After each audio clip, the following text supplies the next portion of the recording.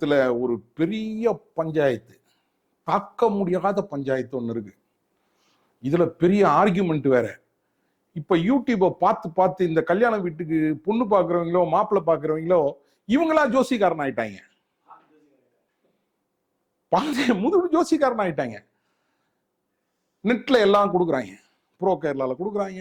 நிறைய ஜாதக பொருத்தம் அப்படின்னு நெட்ல போட வேண்டியது. போட்டோன்னு வந்துடும் பெண்ணினுடைய ஜாதகம், பெண்ணினுடைய டேட் ஆஃப் பர்த் எல்லாம் ஃபில் பண்ண வேண்டியது, ஆணினுடைய டேட் ஆஃப் பர்த் எல்லாம் ஃபில் பண்ணி இவனுங்களா ஒரு சிஸ்டம் குறிச்சுப்பாங்க. என் பிள்ளைக்கு இந்த நட்சத்திரத்துக்கு 6 பொருத்தம் வருது, ஆனா இது நல்லா இருக்குமான்னு கொஞ்சம் பார்த்து சொல்லுங்க ஜோசியரே அப்படின்னு வருவாங்க. 6 பொருத்தம் இருக்குன்னு யாரா சொன்னது? ஐயா எனக்கு கோபம் இருக்குது. அதான் 6 பொருத்தம் இருக்குன்னு யாரு சொன்னது? இல்ல நாங்க போட்டு பார்த்தோம், நெட்ல எல்லாம் போட்டு பார்த்தோம், யோனி இருக்கு, ரஜ் இருக்கு, ராசி இருக்கு, எல்லாம் இருக்கு. ஆனா ஒரே ஒரு சந்தேகம், அந்த நாடி பொருத்தம் இல்லை. அந்த நாடி பொருத்தம்னா என்னன்னே உங்களுக்கு தெரியாது. அது மட்டும் இல்லை, ஏன் சரி ரஜ்ஜி பொருத்தம்னா என்னன்னு தெரியுமா? கண்டிப்பா ரஜ்ஜி இருக்கணுமாம்ல. யார் சொன்னது? நெட்ல சொல்லியிருக்காங்க. ஆனா உனக்கு ரஜ்ஜி இல்லைன்னா பரவாயில்ல, வேற ஏதாவது காம்பினேஷன் இருந்தா பண்ணலாமே. சரி, முதலில் இது ஒரு பக்கம் இருக்கட்டும், இது ஒரு காமெடியான ஒரு விஷயம். இந்த 10 பொருத்தம் என்பது அடிப்படையில் எதற்காக வந்தது? நான் என்னுடைய எல்லா வீடியோக்குள்ளையும் பார்த்தீங்கன்னா, நான் மூலத்திலிருந்து பயணிப்பவன். நான் ஆயில்ய நட்சத்திரம், அதனால இந்த மேலோட்டமா இருக்கக்கூடிய விஷயங்களை நான் எடுத்துக்கவே மாட்டேன். நான் ஆயில்ய நட்சத்திரம். அப்போ இது எதற்காக வந்தது? இந்த 10 பொருத்தம் என்பது எதற்காக வந்தது அப்படின்னு பார்க்கிறது 32 பொருத்தங்கள் பார்த்திருக்கிறார்கள். அதற்கு முன்னாடி 64 பொருத்தங்கள் பார்த்திருக்கிறார்கள். இந்த பொருத்தங்கள் யாருக்காக தீர்மானிக்கப்பட்டது அப்படின்னு பார்க்கிற பொழுது 2 பேர்களுக்காக தீர்மானிக்கப்பட்டது. அரச பரம்பரைகளுக்கு ஒன்று. ஏனென்றால் அந்த அரச பரம்பரைகளுக்கு வரக்கூடிய பெண் எப்படிப்பட்டவளாக இருப்பாள்? இந்த அரசனுக்கு, அந்த மன்னனுக்கு ஏதுவாகனதால இருப்பாளா? வீரம் படைத்தவளாக இருப்பாளா? இணக்கமாக இருப்பாளா? ஏன்னா அந்த காலங்களில் பல பேர் நிறைய மனைவிகள் இருந்தாங்க. ஆனால் பட்டத்தரசி ஒருத்தர் தான் இருப்பாங்க. அப்ப அந்த பட்டசரத்தை தேர்ந்தெடுக்கிற பொழுது அந்த மக்களை பாதுகாப்பாளா? கணவனுடைய எண்ணத்திற்கு ஒத்து போவாளா?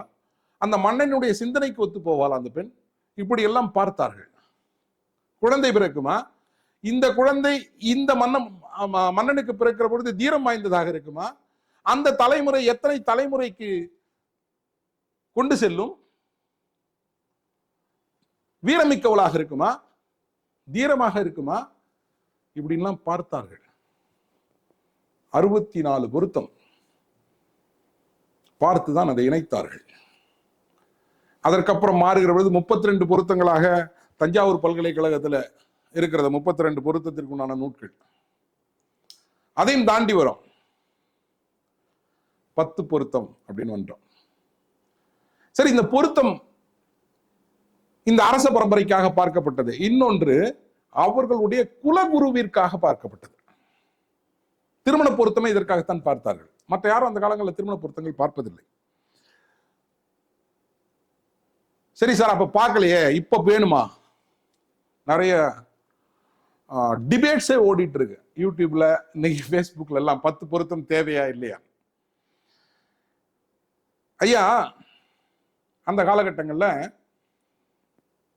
ஒரு ஊர்ல அந்த சமூகத்தை சார்ந்தவர்களோ அல்லது ஒரு கூட்டமாக வாழ்ந்தவர்களோ வாழ்கிற பொழுது அவர்களுக்கு இந்த பெண்ணினுடைய கொடி தெரியும். நல்லா பேத்துங்க, நான் போடுகிற வார்த்தையை நல்லா கவனிச்சுங்க. கொடி தெரியும். கொடினா அவர்கள் எங்கிருந்து வந்தார்களுடைய மூலம். இவங்க கொடி என்னன்னு தெரியுமான்னு கேட்பாங்க இன்னும் கூட கிராமத்துல. அப்போ மூலம், இந்த பெண்ணினுடைய மூலம் என்னன்னு தெரியும். குறிப்பாக அந்த காலகட்டத்துல அக்கா பொண்ணு, மாமா பொண்ணு, அத்தை பொண்ணு இப்படிதான் கல்யாணம் பண்ணிட்டாங்க. திருவிழா காலங்கள்ல இவர்களுக்குள் நடக்கக்கூடிய கேளிக்கைகள் இவர்களுக்குள் ஒரு பெரிய இணக்கத்தை ஏற்படுத்தினார்கள். அப்போ இந்த பையனுடைய மூலம் என்னன்னு தெரியும்.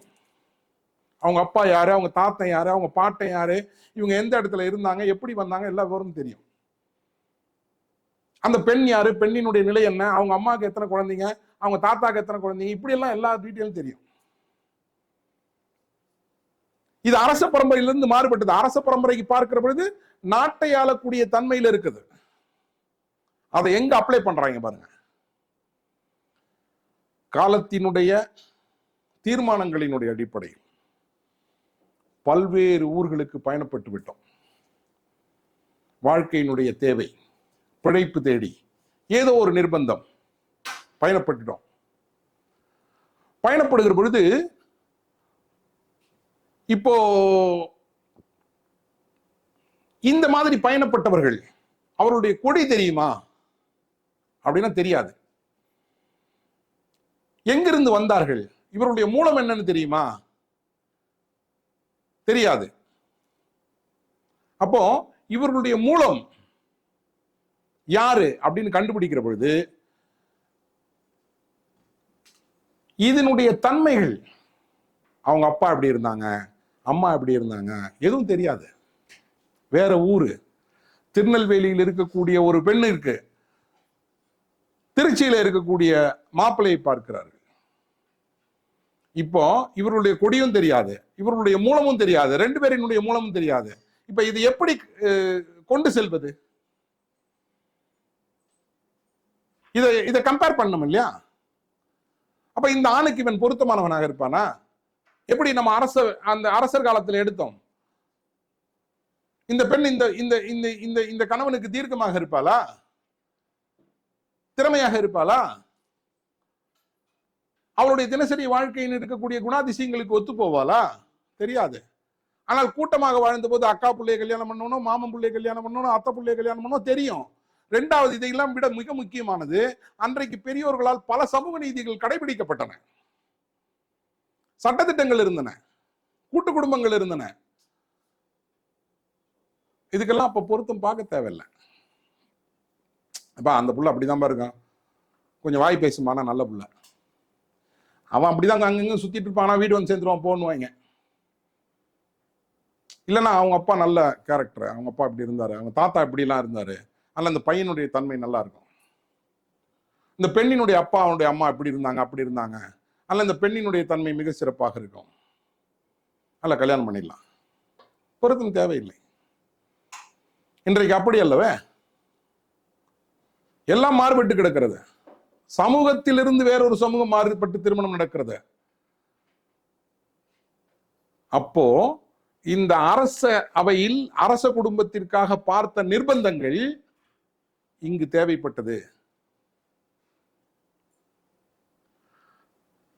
இந்த தேவைப்பட்டக்கூடிய சம்பவத்துல இந்த பெண்ணினுடைய எல்லா விஷயமும் தெரிஞ்சுக்கணும், மூலம் தெரிந்து கொள்ள வேண்டும், இந்த ஆணினுடைய மூலம் தெரிந்து கொள்ள வேண்டும். ஏதோ ஒரு இடைஞ்சல் அந்த குடும்பத்தில் இருக்கிறதா, தோஷங்கள் இருக்கிறதா? அன்றைக்கு தோஷம் யார் வீட்லையும் பார்க்கல, அரச குடும்பத்தில் மட்டுமே பார்த்தார்கள்.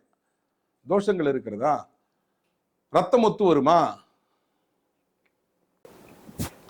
அதுபோல அன்றைக்கு அரச குடும்பத்திலே பார்த்த அத்தனை விஷயங்களிலும் இன்றைக்கு பார்க்க வேண்டிய நிலைப்பாட்டில் இருக்கிறோம்.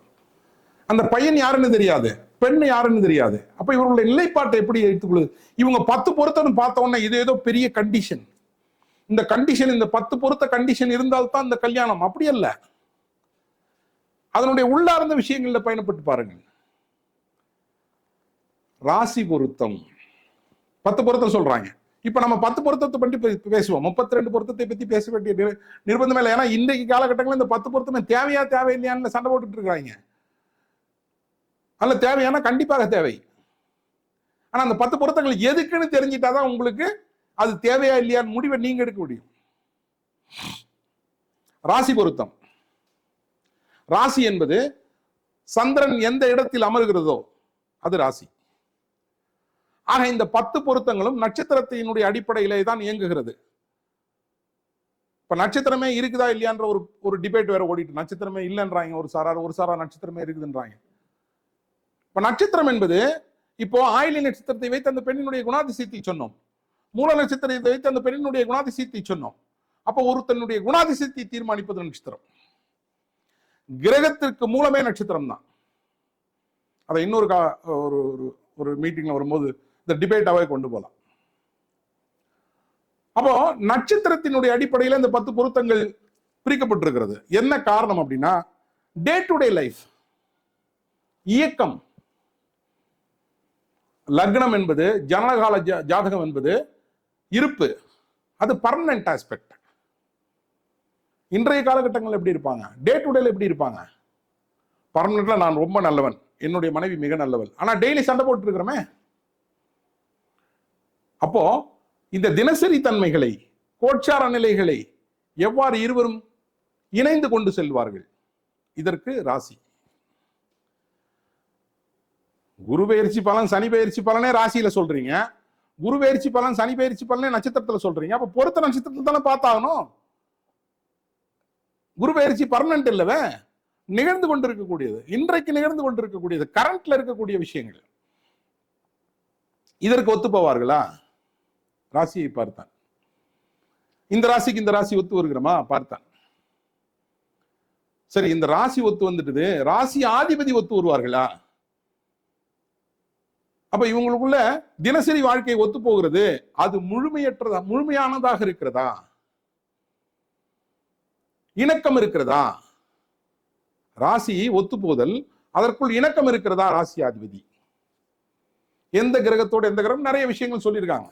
சுப கிரகங்கள், அசுப கிரகங்கள், இந்த கிரகங்களுக்கு இந்த கிரகங்கள் பகை, இந்த கிரகங்களுக்கு இந்த கிரகங்கள் நட்பு, இப்படிலாம் சொல்லியிருக்காங்க. அப்ப ராசி ஆதிபதிக்கு பொருத்தம் வருகிறதா அப்படின்னு ஒரு பிரிவு பிரிக்கிறாங்க. அப்ப என்னன்னா, அவர்களுக்குள் இணக்கம் இருக்கிறதா?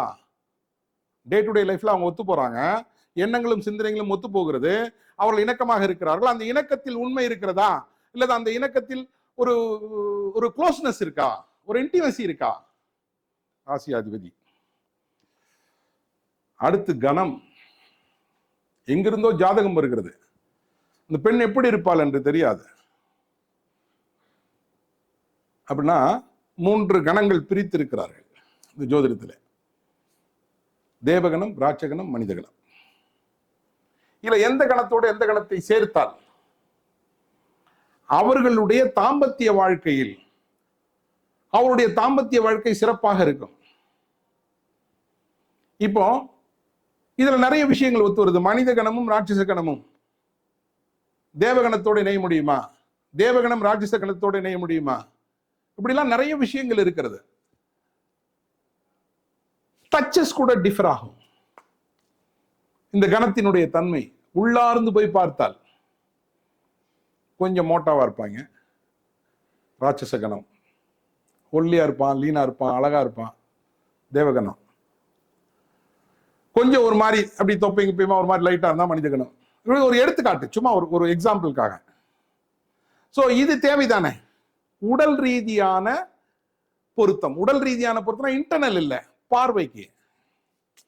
இவங்க பாரியா மேட் ஃபார் ஈச் அதர் அப்படின்னு சொல்றோம் இல்லையா, அது போல கன பொருத்தம்.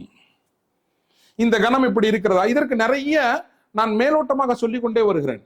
இதற்கு நிறைய கணித முறைகள் வைத்திருக்கிறார். இத்தனாவது நட்சத்திரத்தில் இத்தனாவது நட்சத்திரம், இத்தனாவது நட்சத்திரம், இத்தனை நிறைய கணித முறைகள் இருக்கிறது இதை கண்டுபிடிப்பதற்கு. ஏனால் அவர்கள் யார் என்று, எங்க இருப்பார்கள் என்றே தெரியாது.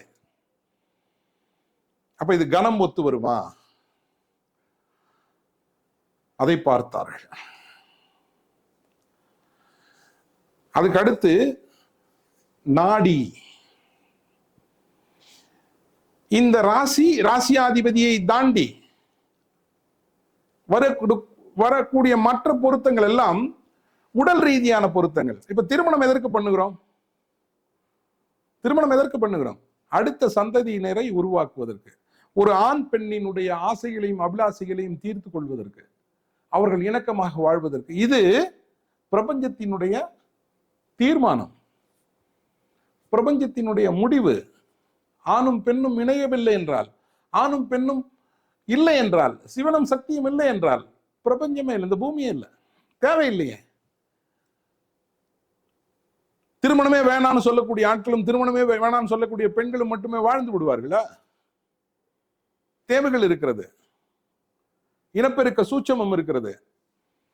அப்ப இதற்கெல்லாம் பார்க்கிற பொழுது இந்த திருமணத்தில் இத்தனை விஷயங்களை பார்க்கணுமா? கண்டிப்பா பார்க்கணும். ஏன்னா திருமணம் என்பது அடுத்த சந்ததியினரை உருவாக்குவதற்கு. இந்த அடுத்த சந்ததியினரை நீங்கள் உருவாக்குகிற பொழுது அது தீர்க்கமானதாக, செயல்திறன் மிக்கதாக, அறிவுறுத்தமாக இருக்க வேண்டும் அல்லவா? இதுதானே எல்லாருடைய எதிர்பார்ப்பும் ஆசையும் கூட. அதற்கு இது பார்க்கலன்னா எப்படி? அப்போ அதற்கு அடுத்த பொருத்தமாக நாடி பொருத்தம் வருகிறது. இந்த நாடி பொருத்தம் தான் இன்டர்னல் பாடி கனெக்ஷன். நம்மளுடைய சித்தத்துல நாடிகள் பார்க்கிற பொழுது 3 விதமான நாடிகள் இருக்கிறது. வாத நாடி, பித்த நாடி, சிலோத்தம நாடி. இப்ப வாத நாடிக்கும் பித்த நாடி உடம்பும் இரண்டும் இணைகிற பொழுது ஒன்றுக்கொன்று மேட்ச் ஆகாது. இது ஹீட்டு, இது கோல்டு. வாதமும் பித்தமும் இணைகிறதா, அதில் ஒரு மாற்றங்கள் ஏற்படுகிறது. பேசிக்கான ஒரு விஷயம். அதுக்கு அடுத்து நம்ம ஜாதகத்திற்குள் போகலாம். அப்ப சிலோத்தம நாடி அதிகமாக ஓடுகிறதா அந்த பெண்ணுக்கு? அந்த நாடியில பிறந்திருக்கிறாளா? அப்படின்னும் போது அந்த பெண்ணுக்கு ஏற்ற நாடி எது? வாத நாடியை இணைக்கிறார்களா? வாதம் பித்தத்தையும் இணைக்கிறார்களா? அது ஒரு மாதிரியான மாற்றங்களை கொடுக்கும். பித்தமும் சிலோத்தமும் இணைந்தால் ஒரு மாதிரியான மாற்றங்களை கொடுக்கும். வாதமும் சிலோத்தமும் இணைந்தால் ஒரு மாதிரியான மாற்றங்கள். இந்த பொருத்தங்கள் இருக்கிறதா? நாடி பொருத்தம், இன்டர்னல் பாடி கனெக்ஷன்ஸ். நம்மளுடைய பாடியில 2 விஷயம் இருக்கு, அசிட்டிக் ஆல்கலிக், ரெண்டுமே அமிலத்தன்மை, காரத்தன்மை. இந்த அமிலத்தன்மை காரத்தன்மையோடு இரண்டும் சமன்பட்டு இருக்க வேண்டும். அமிலத்தன்மை மேம்பட்டால் அதற்குரிய பிரச்சனைகளும், காரத்தன்மை மேம்பட்டால் அதற்குண்டான பிரச்சனையும் நடக்கும். Alkaline and acetic. அப்ப இந்த இன்டர்னல் பாடியில் இருக்கக்கூடிய விஷயங்களை யார் கணிப்பது? இன்றைக்கு எல்லாத்துக்கும் டெக்னாலஜி இருக்கு. அன்னைக்கு எங்க கிழவனுங்கிட்ட டெக்னாலஜி இல்லையே. நாடி தானே பார்த்தாங்க. எந்த இடத்தில் ஓடுகிறது நாடி? இந்த நாடி இந்த நாடியுடைய நினைவுமா? நாடி பொருத்தம். இது போல ஒரு ஆண் பெண்ணை இணைப்பதற்கு அன்றைக்கு அரசர்களால் பயன்படுத்தப்பட்ட மிகப்பெரிய நுண்ணிய விஷயம் இந்த 10 பொருத்தம். அதுல ரொம்ப ஸ்லோ கொண்டு வந்து கால பரிமாணங்கள்ல மாறி இவ்வளவு தேவையில்லை, இவ்வளவு தேவையில்லைன்னு ஒரு 10 பொருத்தங்கள், பேசிக்கான ஒரு 10 பொருத்தங்களை கொடுத்திருக்கிறாங்க. இப்பதான் ஒரு பெரிய பஞ்சாயத்தான பொருத்தம், யோனி பொருத்தம் அப்படின்னு கொண்டு வராங்க. இந்த யோனி பொருத்தத்தை கொண்டு வருகிற பொழுது எல்லாரும் ஏதோ ஒரு பறவையோ ஒரு விலங்கையோ சொல்லுகிறார்கள். ஆனால் அந்த விலங்கை நீங்கள் விஷுவலா பார்க்கிற பொழுது, காட்சிகளாக பார்க்கிற பொழுது இதுக்கு ஒத்து வராது, ஆனா இவங்க ஒத்து வருதுன்னு சொல்றாங்களேன்னு வாங்க. ஆக இவங்க யோனின்னு சொன்னோன்னா அந்த யோனியினுடைய அளவீடுகளை எடுத்துக்கொள்கிறார்கள். அதல்ல, யோனி என்பது இன்டர்னல் பாடி கனெக்ஷன்ஸ்ல ஏற்படக்கூடிய மாற்றங்கள். நான் சொன்ன பாருங்க, அசிட்டிக் ஆல்கலிக். இப்ப இந்த ஆணும் பெண்ணும் இணைகிறார்கள், இவர்களுக்குள் என்ன விதமான மாற்றங்களை ஏற்படுத்தும்? அதற்கு உண்டான விஷயம்தான் இந்த யோனி.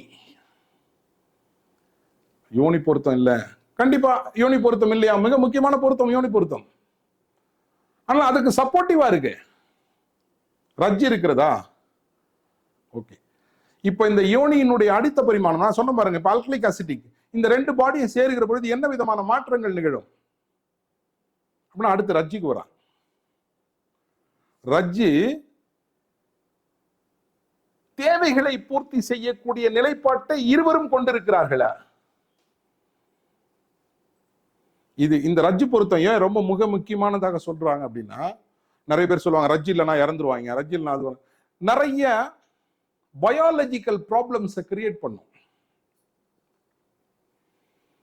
சார் நான் ஒரே ஒரு இந்த இடத்துல இது லைவ்ல சொல்லலாமா என்னன்னு எனக்கு தெரியல, பட் ஆனா ஒரு சின்ன ஒரு கோடு மட்டும் காட்டிடுறேன். ஒரு ஆணும் பெண்ணும் இணைதல், ஒரு ஆணினுடைய பிசிக்கலும் பெண்ணினுடைய பிசிக்கலும் இணைகிற பொழுது, இது ஏதோ ரொம்ப ஈஸ்வலா ஒரு வார்த்தையை பயன்படுத்திட்டு போயிடுவாங்க, தாம்பத்திய வாழ்க்கை அப்படின்னு. இந்த தாம்பத்திய வாழ்க்கையில் கூடுகிற பொழுது, சார் இது ஒரு இண்டிவிஜுவல் பாடி, மேல்ன்றது ஒரு இண்டிவிஜுவல் பயாலஜிக்கல் டிவைஸ்,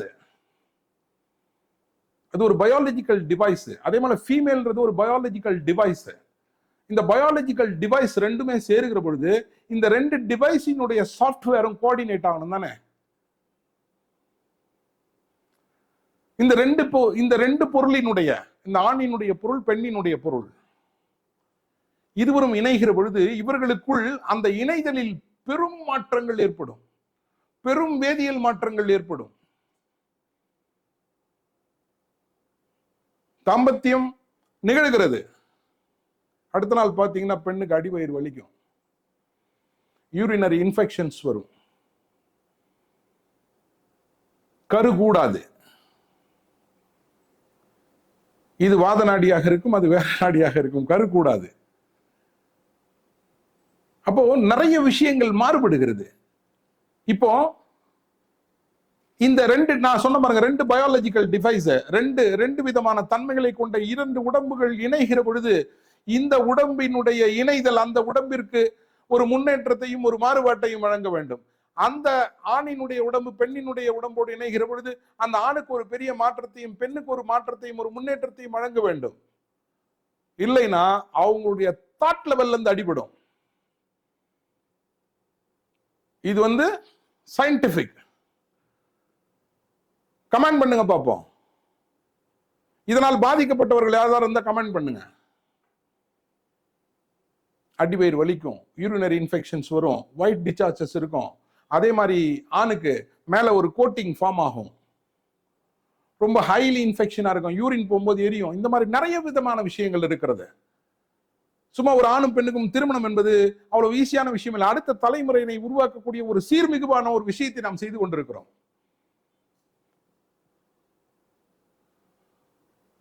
இந்திய நாட்டில் இது ஒரு மிகப்பெரிய ஒரு விஷயம்.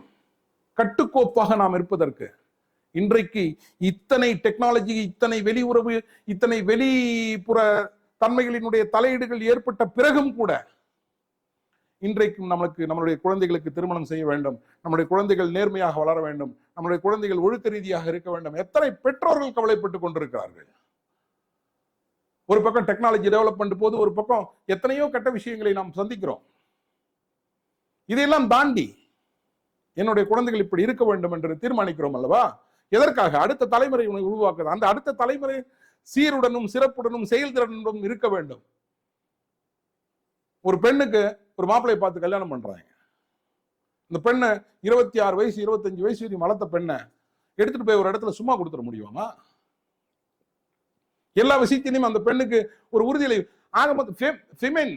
அந்த காலகட்டங்கள்ல ஃபெமைன் அப்படின்னா அது ஆல்வேஸ் எக்ஸ்பெக்டிங் செக்யூரிட்டி. அழிக்க முடியாத உண்மை இன்று வரை அவங்களுக்கு பாதுகாப்பு என்பது தேவை. தந்தை இடத்தில் பாதுகாப்பு தேவை, சமூக இடத்தில் பாதுகாப்பு தேவை. இது நான் வீக்கர் செக்ஸ் அப்படின்றதுக்காக நான் சொல்ல வரல. அது இயல்பா அவர்களுடைய தன்மை. பிரபஞ்சம் படைக்கப்பட்டிருக்கக்கூடிய நிலைப்பாடு. கணவரிடத்தில் பாதுகாப்பு தன்மை. கணவருக்கு கொஞ்சம் வயசாகிற பொழுது அந்த பாதுகாப்பு தன்மையை அந்த பெண் அந்த கணவரிடத்துல கொஞ்சம் விலகுகிற பொழுது குழந்தைகள் வந்துவிடும். அந்த குழந்தைக்கும் வயசாயிடுது, பேரம் பேத்தி வந்துடும். ஆக மொத்தத்துல இந்த அம்மா, இந்த பெண்ணு அந்த பாதுகாப்பிலேயே பயணப்படுவாள். பெண் என்பவள் 2 விஷயத்திற்கு கட்டுப்பட்டவள். ஒன்று பாராட்டு, இன்னொன்று பாதுகாப்பு. சரி, இப்போ இந்த 2 நிலைப்பாடுகளும் இணைவதற்கு உண்டான ஒரு விஷயம் ரஜ்ஜு. இந்த விஷயங்களில் இருந்தால் அப்படின்னு அவங்க ஒரு கணிதத்துக்குள்ள அடக்குறாங்க. புதனும் கேதும் வேண்டாம், சந்திரன் ராகும் வேண்டாம், செவ்வாயோட இணைக்காத, சுக்கிரனும் சூரியனும் வேண்டாம், குருவும் சூரியனும் வேண்டாம். இதெல்லாம் வேற வேற தன்மைகளை கொண்டிருக்கிறது. இந்த பயாலஜிக்கல் டிவைஸ் சொன்ன இல்லையா, இந்த ஆண் தன்மையும் பெண் தன்மையும், இந்த ஆண் தன்மையும் பெண் தன்மையத்திற்கு உண்டான நிலைப்பாடுகள் இவ்வாறு இருக்கிற பொழுது ஒருவருக்குள் ஒரு விதமான ஒரு இன்டர்னல் பாடி ப்ராப்ளம்ஸை கிரியேட் பண்ணுன்றான். இவ்வளவு பேசுறாங்களா எனக்கு தெரியல. மத்த ஜோசிக்காரங்க கொஞ்சம் டெக்னிக்கலா பார்ப்போம். இது ரஜ்ஜு. இவர்கள் இணைகிற பொழுது எந்த விதமான தொந்தரவும் இல்லாமல் அவர்களுடைய தாம்பத்திய வாழ்க்கை நிறைவு பெற்று அவர்கள் அடுத்த சந்ததியினரை உருவாக்கக்கூடிய ஆரோக்கியமான ஒரு விஷயம் ரஜ்ஜு. அடுத்து ஸ்திரீ தீர்க்கம்னு ஒண்ணு கொடுக்குறாங்க. ஸ்திரீ தீர்க்கம் என்றால் அடுத்த சந்ததியினரை உருவாக்கக்கூடிய அனைத்து குவாலிட்டியும் கொண்டிருக்கிறதா?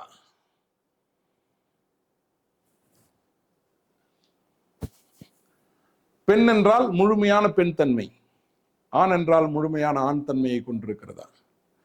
இந்த ஃபெமினிட்டி, மஸ்குல் இது ரெண்டுலையுமே ப்ராப்ளம் இருந்தா, பர்சன்டேஜ் வேரியேஷன் இருந்தா உற்பத்தியில் வேறுபடும். நிறைய பேரை பார்த்திருக்கிறோம். டிரான்ஜெண்டர் சமாச்சாரம் உங்கள் இந்த சிறீ தீர்க்கத்தில் தீர்மானிக்கப்படும். அப்போ ஆண் தன்மை முழுமையான ஆண் தன்மையில் இருக்கிறதா, பெண் தன்மை முழுமையான பெண் தன்மை இருக்கிறதா, ஒன்றை உருவாக்கக்கூடிய விஷயங்கள் இருக்கிறதா, விதைக்கக்கூடிய நிலைமையில ஆண் இருக்கிறானா, வளர்க்கக்கூடிய தன்மையில பெண் இருக்கிறாளா, இதை பார்க்கக்கூடிய கணித முறை ஸ்திரீ தீர்க்கம். அடுத்து வசியம். இது பார்வைதான். வசியப்படுமா? வசியப்படும். எப்ப வசியப்படும்? நம்ம பார்த்திருக்கிறோம். நம்ம தாத்தா பாட்டிக்கு 80 வயசு, அங்கு உடல் மோகங்கள் இருக்கிறதா? தாத்தாவுக்கு 80 வயசு, பாட்டிக்கு 75 வயசு, உடல் தேவைகள் இருக்கிறதா இரண்டு ஒத்து போவதற்கு? ஆனா இல்லையே. இந்த கிழவன் வராதனால இந்த கிழவி காத்திருக்கிறாளே. இந்த கிழவி எங்கேயோ போயிட்டு வெளியில வர்றதுக்காக இந்த கிழவன் காத்துட்டு இருக்குதே, எங்க போனான்னு தெரியலன்னு பரிதவிக்கிறது. இதை நாம் நடைமுறை வாழ்க்கையில் பார்த்திருக்கிறோமே. அப்படி என்ன ரெண்டு பேருக்கு ஒரு பைண்டிங்?